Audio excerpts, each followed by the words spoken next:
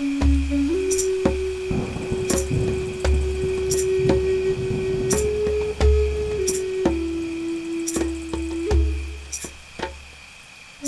morning and good day to you. My name is Brandon Tilth, and you're tuned into Feather of Light.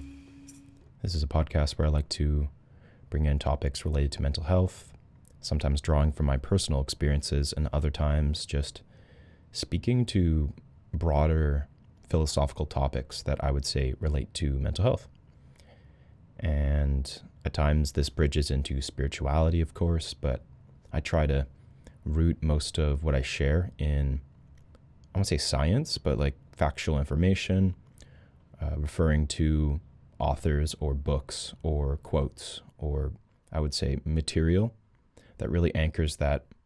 So I'm not just sitting here introducing too much of my own beliefs or kind of insights around what spirituality is from my lens.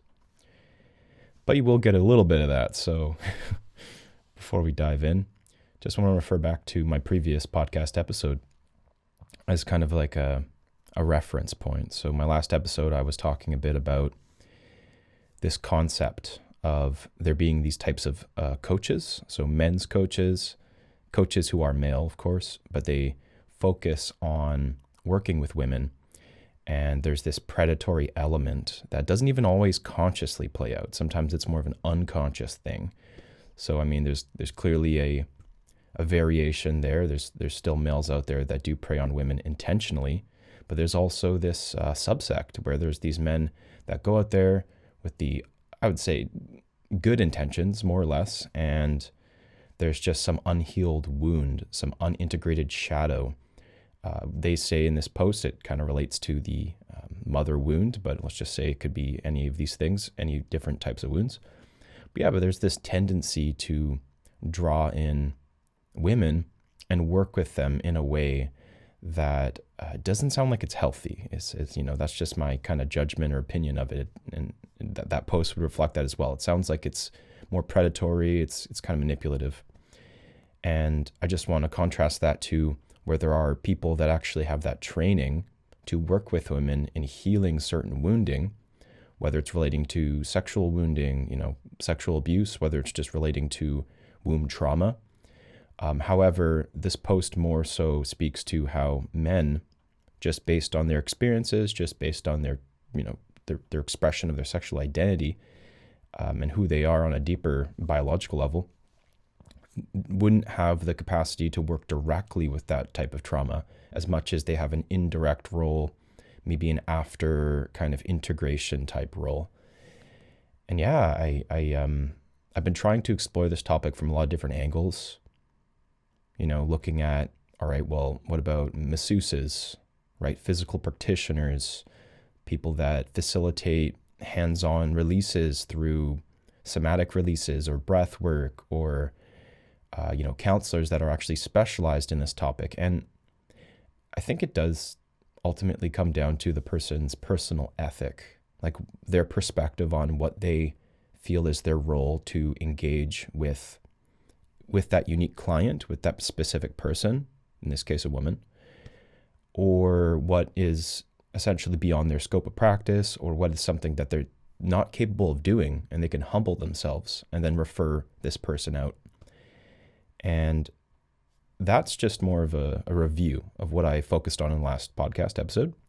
It was, I'd say, a very great exploration. It was a outdoor exploration using my wireless mic. I was hanging out in the forest, and I was just trying to see kind of what came up. I did have the intention of sitting with a friend of mine and going into more depth and doing an actual interview with her.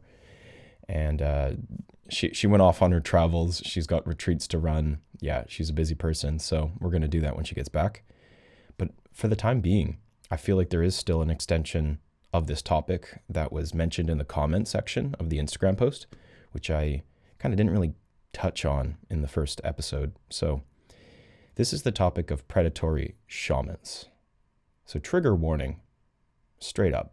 I don't always do trigger warnings, but I just want everyone to be aware that this topic can certainly be directly triggering for folks men, women, anyone whom has experienced it directly or even just been kind of a part of those retreats maybe, and then they've experienced a form of trauma as well. Yeah, this is a real topic, and this could be really challenging for a person's body and nervous system. So I just want to offer that if this is not the right time to explore this topic, I really want to offer this space to check in.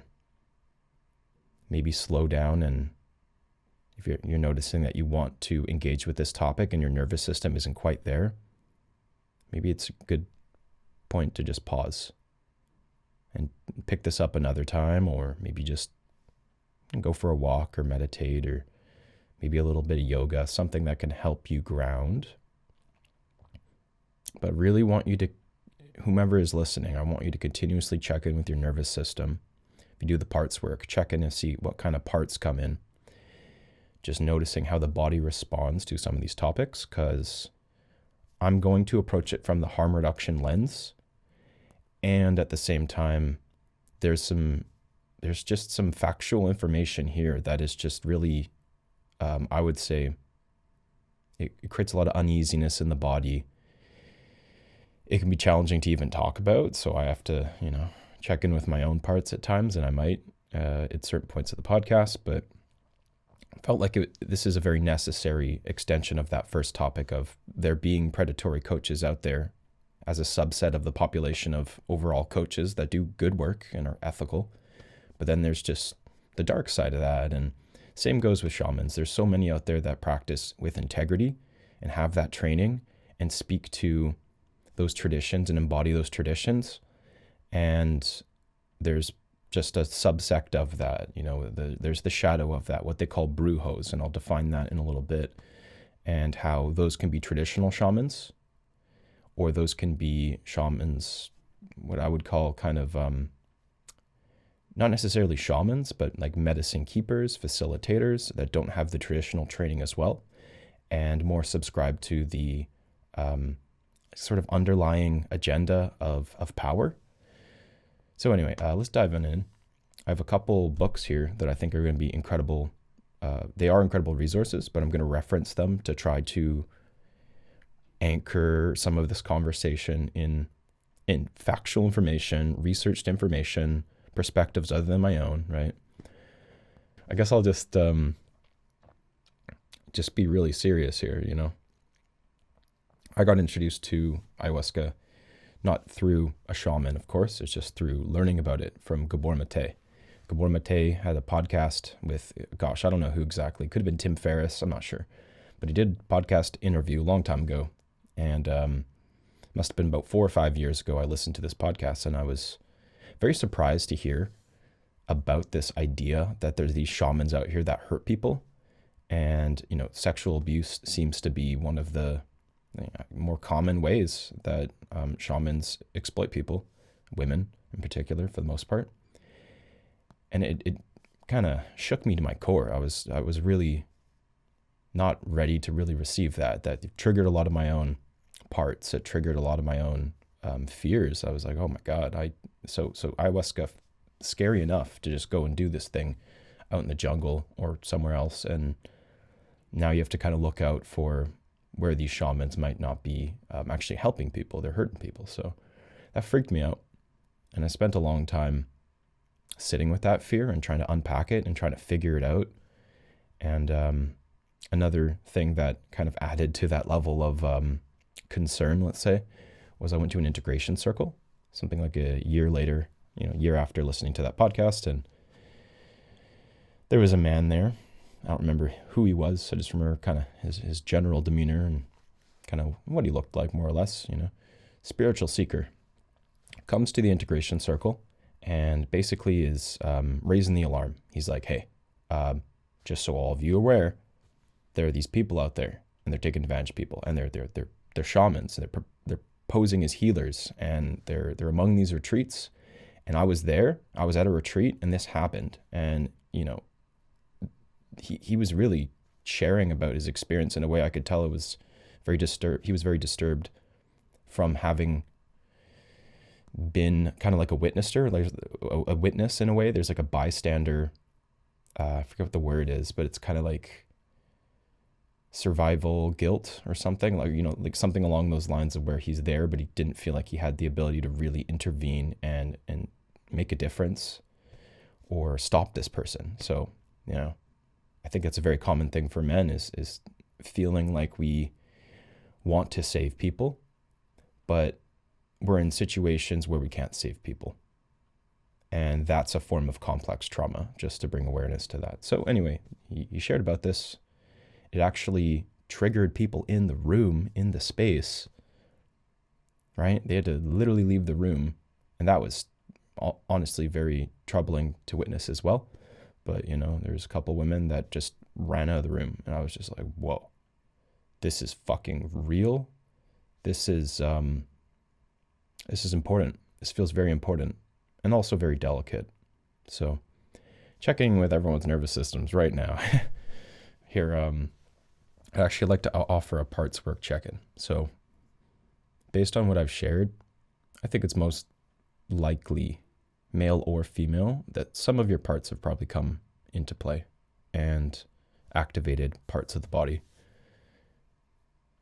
So I'd like to just introduce a little bit more curiosity. I'd like to invite you to notice if there's a part of the body. Could be the muscles, it could be even just the thoughts that arise, or the feelings, the emotions.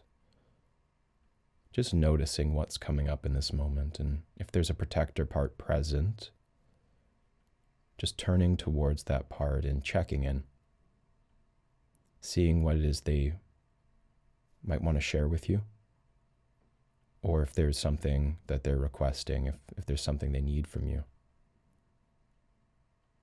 Yeah, just turning towards and noticing what kinds of sensations or bodily expressions are surfacing as we talk about this challenging topic. And I just want to offer you a chance to reassure these parts. Letting them know that if at any point you need to pause this podcast and tend to your nervous system, that's most welcome. Right? And if you feel safe, but the part is still there and still present, I would like you to maybe see if that part would be willing to give you some space to see if there's another part that needs to be tended to. Recognizing that I can't give you the full space that you need right now, but there might be a way that you know how to make that request heard and known. And there's a way you can follow up with that part that needs safety right now.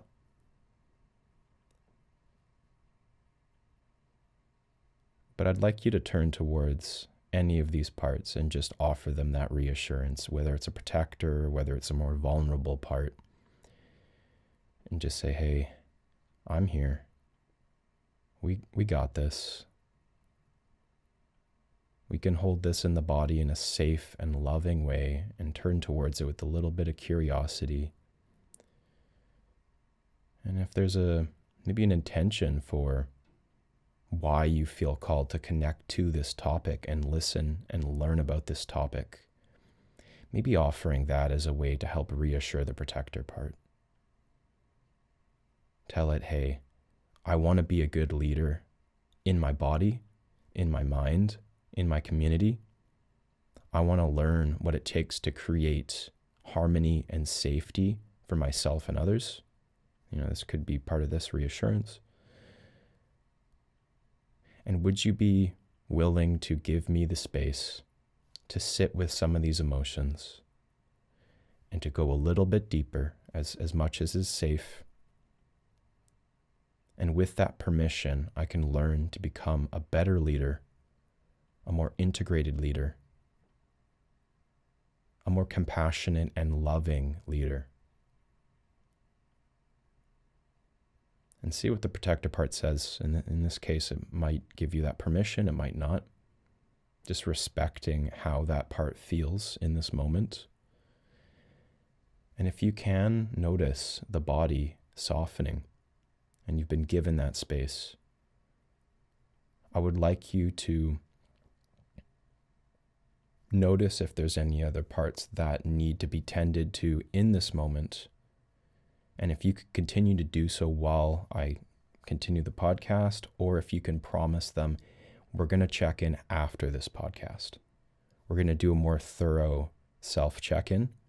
Maybe it's not even a conscious parts work check-in. Maybe it's just more of there's movement or yoga or a walk into nature. I just want you to promise that part, the vulnerable part, the protector part, each of these parts that are coming in. And lastly, just to thank each of these parts in any way that feels authentic and genuine. And saying goodbye for now. And I just wanted to acknowledge that my parts certainly needed that as well. I felt like getting into this topic, it's quite difficult for me not to be blended with a protector part, meaning that my agenda is kind of through the lens of this protective energy, whatever this part experienced and its beliefs about the world. And I asked this part to give me some space because I want to approach this topic with the compassionate curiosity that I believe it deserves. So there's a couple of different books I want to refer to. One is the Ayahuasca Pilot's handbook. This is written by Chris Kilham. He is a yogi whom, after 40 years of studying yoga, he went and maybe at some point earlier into his 40 years, he traveled to the Amazon and he drank ayahuasca many, many times over the course of 10 years and met many, many shamans and compiled this book. And I'd say it's a very valuable tool for those who want to learn about ayahuasca, especially if you're drinking it for the first time. And he talks a bit about shamans. And it's a little bit, blunt in the way that he talks about. He has a section here called What to Look For in a Shaman. And he's pretty black and white about the Brujos versus the light shamans. And I would say that that's a perspective that one can hold because it can be quite black and white. It's often where there's a clear distinction between the shamans that are supporting people and that are hurting people. But I also feel like there's an important, recognition of the gray, of the nuance of how shamans can show up in ways that we might perceive as good or bad, but it's not quite as clear what they're doing or what their intentions are. So I'll just reference a couple pieces here. He just says it's important, generally speaking, to be in good hands, which I think is a, good place to start. Just for the sake of how ayahuasca is a very potent experience. It's a very potent, altered state, and it can be very overwhelming. So he also speaks to knowing what to look for in shamans, generally speaking, will help you steer away from the creeps, abusers, and phonies. Right, just call them right out. Toward the true shamans who endeavor to serve your needs with skill, dignity, and respect. I think those are three attributes we can all, agree are commendable when it comes to this space of being of service. Are they skilled? Are they showing up in a way that allows dignity for the participants? And are they respectful towards the participants, towards others? It's a good place to sort of dive in a little. But he talked about how there's a lot of people that just have ayahuasca. Unfortunately, really, it's not something that's all that hard to get. You can order it online. It's like you can find it if you really are looking for it. There's ways. Now, the thing is, even with years of training you don't necessarily always know what you're doing, right? I think that's the same goes in any field, right? There's varying competencies.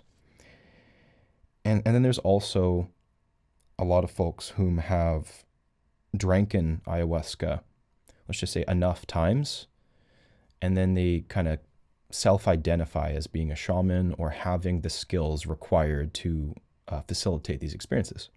But they haven't necessarily gone through the rigor or the mentorship that's required to become a true shaman in this description.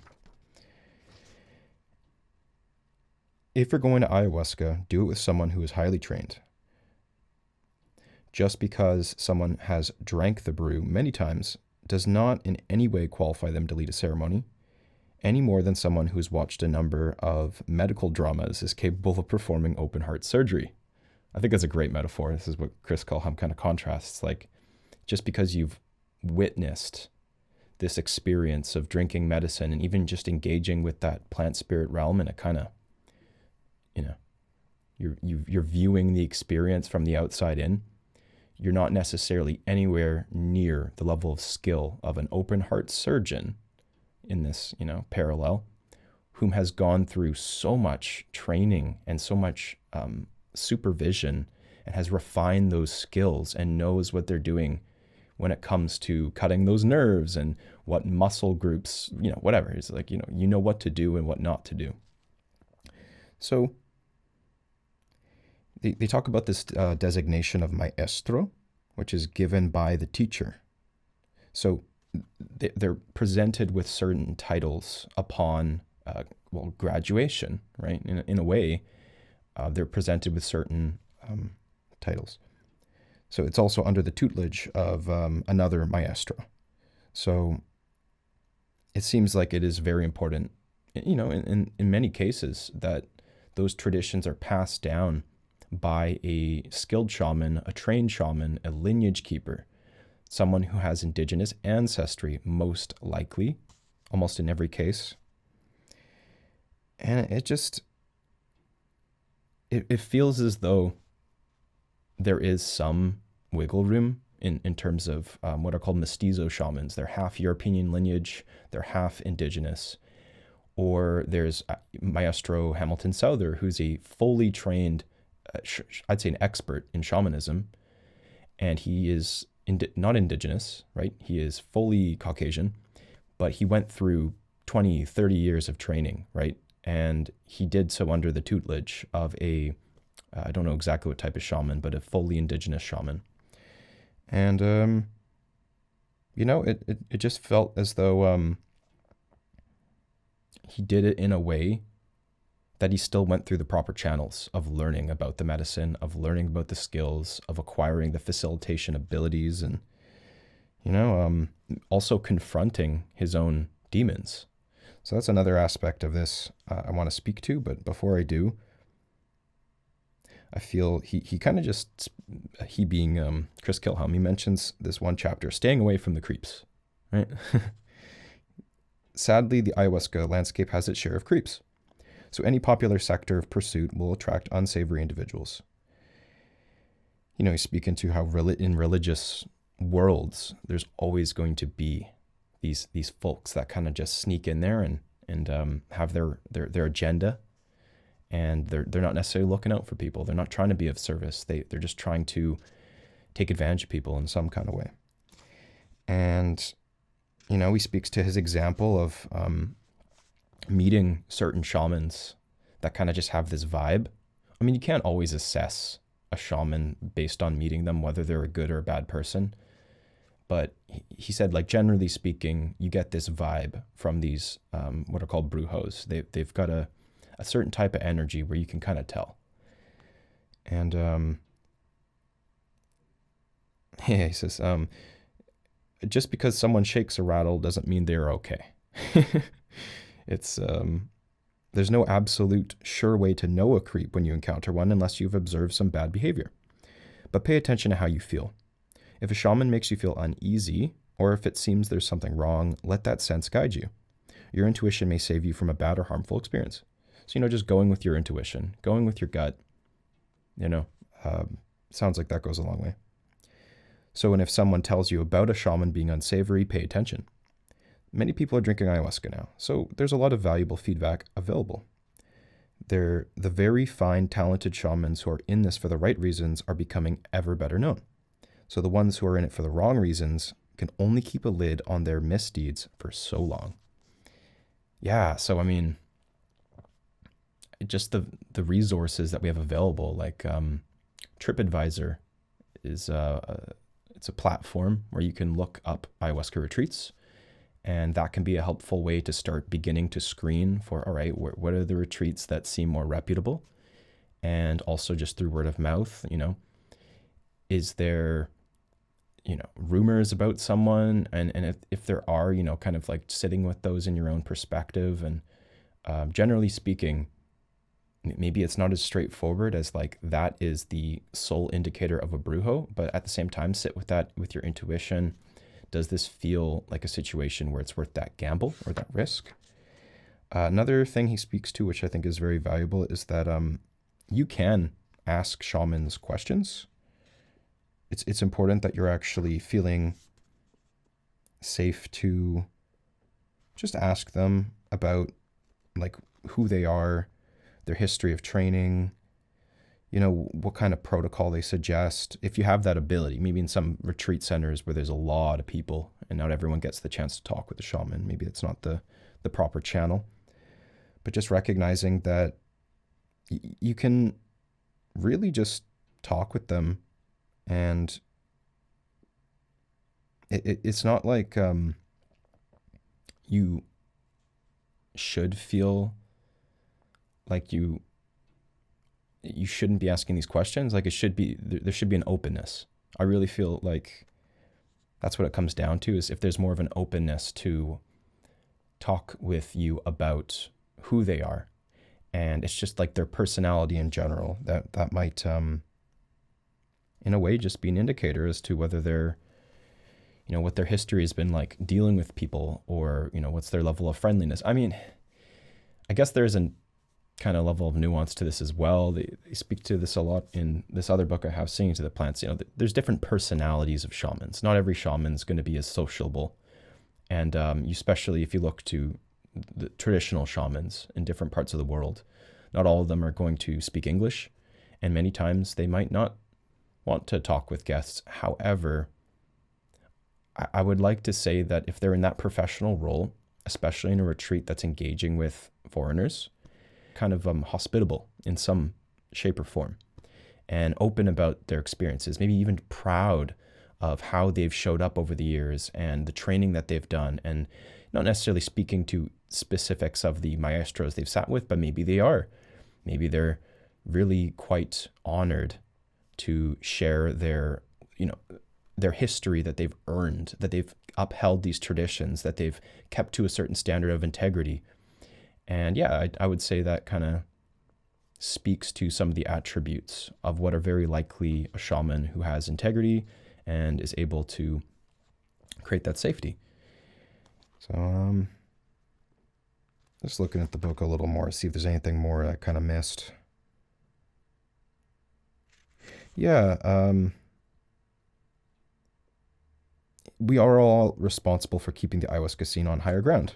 When we hold shamans in general to a higher standard of ethics, I would say the word is ethics, it's really just helping us all feel more safe and feel like we're all able to collectively hold shamans accountable. And, it's like that challenge that's within the music scene when it comes to sexual abuse, where it's kind of like, will anyone listen? Will anyone do anything?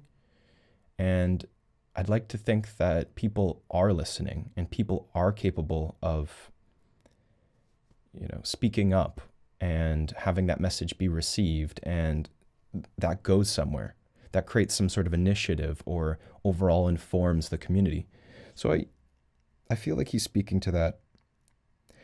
There is talented and trained shamans. Some will be utterly incompetent, as he says. And there will be vastly more native shamans or indigenous shamans that then have existed before with the variations in ability. We will see many more scandals that we have already seen, and plenty of sexual incidents in particular, the primary responsibility for good behavior on the part of the shamans lies with the shamans themselves. But responsibility also lies with the rest of us. Do not allow shamans to get away with bad behavior. I think that's kind of it, right? Don't allow them to get away with it. If something happens, speak to someone you trust. If there's an appropriate channel you can report to, right? Someone at the retreat, or maybe an authority in some way, that can save people. And I feel like it is our responsibility to speak up about our experiences and help create that safety and that accountability for the communities overall. And depending on our role within the community, that can look very differently, but especially if it's something that you've experienced directly, I just want to really say that there needs to be courage, and there is courage available to you, to whomever is listening, to whomever has had these experiences happen to them. Just have the courage.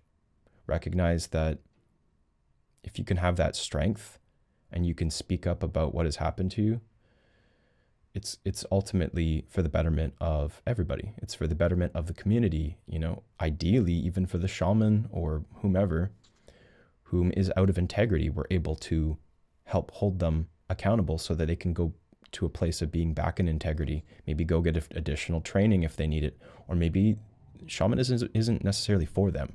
And that's something that needs to be understood. So I mean, even if a person isn't taking on the role of a shaman, I think there is a lot of different ways we see people still stepping into roles that are supporting people. And I think many of these roles still require that same, I would say, like standard. You still need to have an ethical perspective, and I would say that you need to be able to prioritize people's safety and understand where you're crossing those boundaries or might be crossing those boundaries. And at the same time, you're not necessarily required to go through the same level of initiations and training, and realistically aren't taking on the same responsibility. So, I mean, in the West, you could see psychedelic facilitator trainings. I'd say the legit ones I'm referring to, the ones that require you to have a master's degree in counseling or something related, and then you go on to become a certified facilitator. And then there's the underground facilitators, which might actually have a degree of valid experiential training combined with certifications, and they can actually be trained but not necessarily certified. But at the same time, I'm referring to the ones that are I would say more credentialed. And even just within these facilitated containers in the Amazon, there's likely to be varying degrees of facilitator roles. So for instance, in the Shipibo lineage, there's different levels of shamans, and I forget the exact words. There's like a Maraya, Onaya, they go up in certain kind of like levels based on the dietas they've done, based on the healings they've done, based on the teachings they've received from the plants or from the shamans. And not everyone decides to go the route of becoming an apprentice of a shaman either. Many of these people might just be students that diet with the plants for sake of their own healing, and maybe they learn songs, maybe they help facilitate, but they're not necessarily going the path of the shaman, right? Some of these skill sets that are acquired through plant diets and drinking ayahuasca and even learning directly from shamans about plants or healing, these aren't necessarily attributed directly to becoming a shaman. However, I think in the West, in Canada and the United States, we kind of, even in Europe, really, we might associate some of these skills with a person becoming a shaman or even being a shaman. And I just wanted to make that distinction there, that in many cases, they're not shamans. Nor do they need to be to support people. That's kind of like the other sort of side of that is I feel like some people can pick up some of these traditions if they respectfully share these and aren't appropriating those traditions, right? They're sharing those traditions, they're appreciating those traditions, they have the permission from those lineages to carry those medicines. I think there can be a lot of ways people can help people, for instance, in holistic addictions clinics or certain retreats that are working with people and healing the body. And I would say that those can be debatably just as effective as those who sit with legit, credentialed shamans. But at the same time, it depends on what a person needs and what they're looking for, and maybe just their preferences in general. Me, I personally prefer sitting with a shaman. And at the same time, there are certain plant medicines that maybe working with a trained facilitator, maybe working with somebody whom isn't taking on the role of the shaman, actually feels okay for me. It feels safe for me. It feels on some level like it's still honoring the medicine. But in most cases, I would prefer sitting with a trained shaman for majority of medicines that are from the Amazon, if that makes sense. So another extension of this, getting back into the weeds, so to speak, of just this idea of there being good and bad shamans. Shamans that uphold healing practices, and then shamans whom are more steeped in what is called dark magic, or they're essentially brujos or sorcerers. And I feel like a helpful place to distinguish this is the topic of self-control. So I'm reading from Singing to the Plants, the Guide to Mestizo Shamanism in the Upper Amazon, written by Stephan V Beyer. He is a prolific researcher in many rites, and he spent a long time with shamans, directly studying them in the Amazon.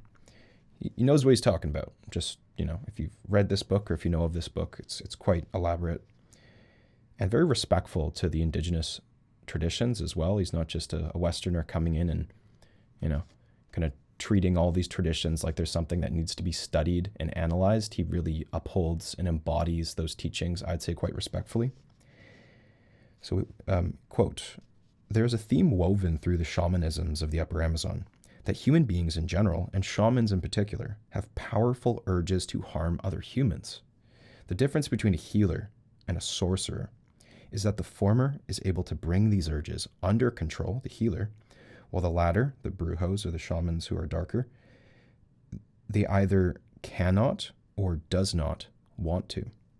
So thus, what distinguishes a healer from a sorcerer is self-control. Simple, right? This self-control must be exercised specifically in two areas.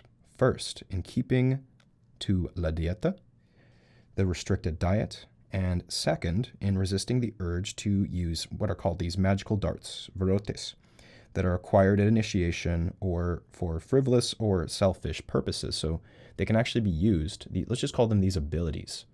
They can be used for good, or they can be used for malice. And they're just recognizing, this person, Stephan Beyer, he's writing about how this is one of the other distinguishing points. They're breaking la dieta, and then they're also not really using their abilities for good, right? They're harming others. And he goes on to say how shamans who master their desires may use their powers to heal. Those who give in to desire by their lack of self-control become sorcerers, followers of, he calls the easy path, interestingly. So as with la dieta, a significant part of the initiation process is for the new shaman to demonstrate the self-control that separates healers from sorcerers. Self-control is manifested in resisting the immediate urge to use newly acquired powers to cause harm. He references, I don't want to get too deep into this, but he references how Shuar shamans use this thing called sensak, which are these darts. And apparently these darts hold power in themselves. They're connected to spirits, they're connected to jungle energy. They actually really create this desire to do bad things. Like according to these traditions, according to this tradition of the Shuar, these darts, these powers actually instill this powerful desire to actually do harm. And the desire, when it is resisted, one is able to study with aim, quote unquote, to study with aim to cure. So essentially to become a healer is to study this process of this desire to do harm and to understand how to create restraint, how to understand yourself and your own relationship to those desires. And I think this is quite common, in terms of healing in general. If you look to counselors, therapists, anyone in the mental health field, I think you have to become very aware of your own darkness. And in many ways, you're actually being tested in ways that are you're confronting that darkness directly. and your capacity to understand it, to integrate your understanding of the darkness or the shadow, and to ultimately resist, giving into desires. This is something that is, I would say, distinguishes a healer from someone who causes harm. And it goes on to further say, the self-control is often expressed in terms of regurgitation and re-ingestion of shamanic power. Yeah, there's some pretty, maybe I'll just share it anyway. It's some pretty kind of gross, from our perspective, practices of how the phlegm is used, how the phlegm in the shaman's throat and stomach. It's like, it's in a way talking about how the phlegm is essentially this sansak. It's creating this desire to harm, and one must recognize that they're pulling up the phlegm with this ability to project it outward, right? Let's just say you're bringing up all your crap, your darkness, your energy. It's all kind of surfacing, and you have this ability to spit it out. You have this ability to, expel it from you. And ultimately, the sign of a true shaman in this case is when they are able to bring up this darkness and have these darts, but then they know that they can safely swallow it and they can safely hold on to that energy, and they have the capacity to have control and discipline, even though they've worked so hard just to regurgitate and bring it up and try to remove it and release it. They have this, I suppose, responsibility to understand that in itself, there remains the gifts. In this energy that's being brought up, and there's this desire to cast it away, to expel it. There's this wisdom, and there's this, there's this wisdom within it, that if you can have the self-control to hold on to that and, in a sense, master your relationship to this energy, then that in itself is where this shamanic ability comes from. So I think, that's a beautiful parallel that I think we do often experience in the West is, firstly, where self-discipline comes into play and how that is so related to growth, but also those who do walk this healing path, they're confronted with their darkness. They're required to, in some sense, release it. But then there's a certain point where maybe there's certain aspects of it that if you try to push it away and you try to project it outward, you're not actually taking the lesson. There's a lesson there that if you can hold on to it and have a balanced disciplinary relationship to that energy, this is where the true wisdom lies. This is where the true intelligence of that energy can be tapped into. So, I guess in conclusion, just to wrap this up, I still feel so like new to this topic. I haven't gone to the jungle more than once. I spent some time at some retreats, but by no means do I have an overarching perspective about how all that stuff works. Haven't studied shamanism, I still feel like it interests me, but it's certainly not something I could say I have direct experience of. I've read about this topic a lot, but knowledge and studying, it's kind of like an incomplete picture, right? I'm looking at this from this lens where I have all these ideas and abstractions, but I'm sure the direct experience, it paints a very different picture. So I just want to speak to that and recognize that I'm not an expert. I don't know much about this topic compared to anyone who's studied and actually embodied these teachings. And many of these are indigenous teachings. So respectfully, acknowledging that these are ancient teachings that are being shared through this book, but I really want to hold them with the gravity and the respect and the reverence that they deserve, that any source of shamanic knowledge, as much as we can kind of gain access to pretty much anything nowadays, I feel like it's really important to recognize where these traditions come from. The indigenous teachings, the elders, the way that these things originally stemmed from these plants and these ancient teachings, and maybe debatably, these teachings are meant to be shared at this day and age. But I still feel it's important to just sit with these concepts and really allow them to just really allow us to recognize them and acknowledge them as being deep, ancient spiritual teachings, not just factual little, snippets of pop spirituality, right? I'm not just sprinkling in tidbits of wisdom for fun and entertainment. These are ancient teachings, and I just want us to all treat them as such. So thank you for tuning in, and I hope your nervous system's doing okay now. I tried to end on a lighter note. I feel like this whole podcast episode is a little bit heavy, and if you're feeling that heaviness and you sat with your part and you gave that more vulnerable part acknowledgement and you promised them some self-care or some nurturing, I think now would be the time to start to wind down and go see how that part's doing. Yeah. So I hope you have a great rest of your day, afternoon, evening, wherever you are, whatever you're doing.